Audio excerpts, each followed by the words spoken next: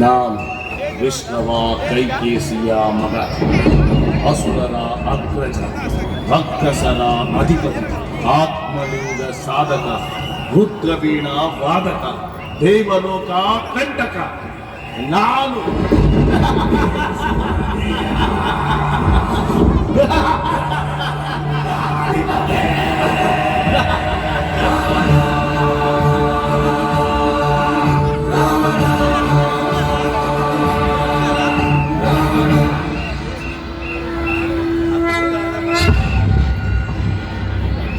ಶಿವನ ಪರಮ ಭಕ್ತನಾದ ರಾವಣನು ತನ್ನ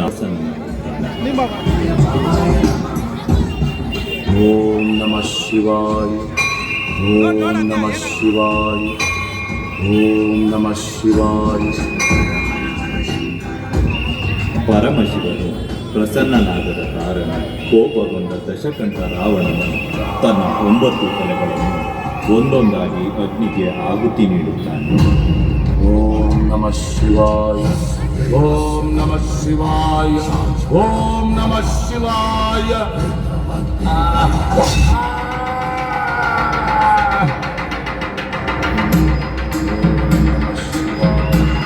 ಓಂ ನಮಃ ಶಿವಾಯ, ಓಂ ನಮಃ ಶಿವಾಯ.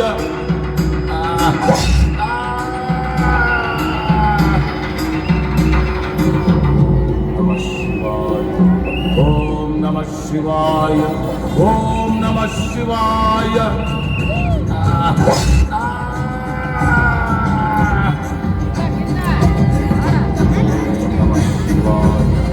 ಓಂ ನಮಃ ಶಿವಾಯ, ಓಂ ನಮಃ ಶಿವಾಯ.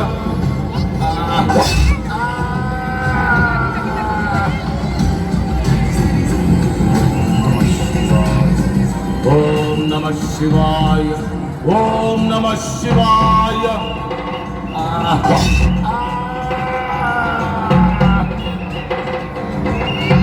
ಓಂ ನಮಃ ಶಿವಾಯ, ಓಂ ನಮಃ ಶಿವಾಯ, ಓಂ ನಮಃ ಶಿವಾಯ.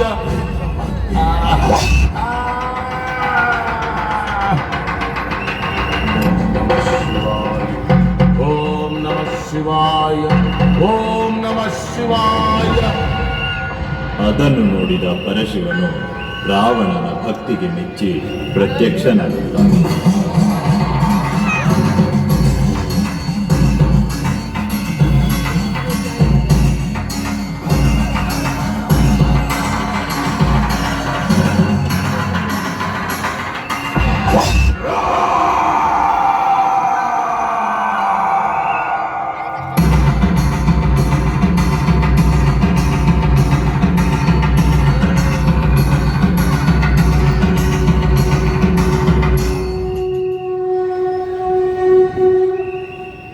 ರಾವಣ, ನಿನ್ನ ಭಕ್ತಿಗೆ ನಾನು ಪ್ರಸನ್ನನಾಗಿದ್ದೇನೆ.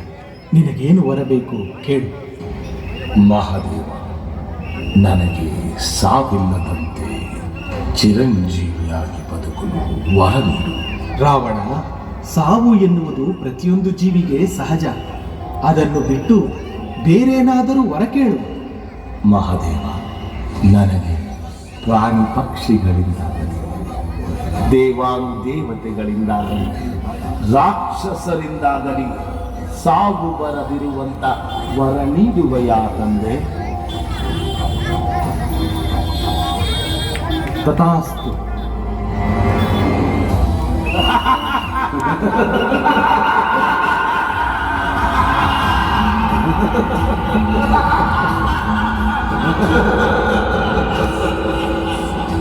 ನಾನು ಚತುರ್ಭುಜ ದಶಭುವನ ಭಯಂಕರ ಲಂಕೇಶ್ವರ ರಾವಣ, ಸರ್ವತಂತ್ರ ಸ್ವತಂತ್ರನಾದ ಪ್ರಬುದ್ಧ ರಾವಣ, ಎಲ್ಲ ಬ್ರಹ್ಮಾಂಡ ತಂಡೋಪತಂಡಗಳನ್ನು ಚಂಡಾಡಬಲ್ಲ ಪ್ರಚಂಡ ರಾವಣ.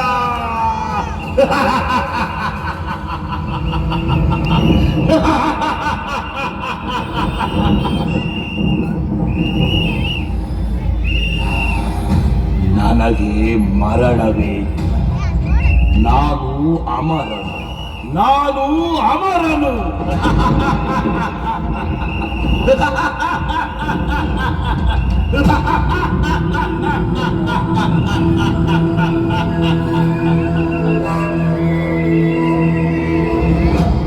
ಯಾವಾಗ ಧರ್ಮದಲ್ಲಿ ಉನ್ನತಿಯಾಗುವುದೋ ಆಗೆಲ್ಲ ಸತ್ಪುರುಷರ ಉದ್ಧಾರಕ್ಕಾಗಿ, ಅಧರ್ಮೀಯರ ವಿನಾಶಕ್ಕಾಗಿ, ಧರ್ಮದ ಪುನರ್ ಸ್ಥಾಪನೆಗೆ ಪರಮಾತ್ಮನು ಶ್ರೀರಾಮನಾಗಿ ಅವತರಿಸಿ ರಾವಣನನ್ನು ಸಂಹರಿಸುತ್ತಾರೆ.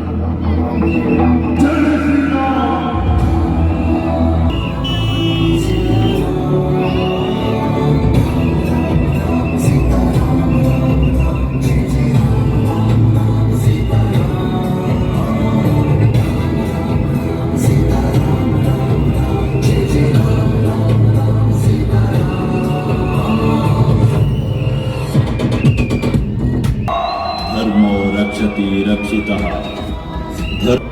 ಧರ್ಮೋ ರಕ್ಷತಿ ರಕ್ಷಿತಃ.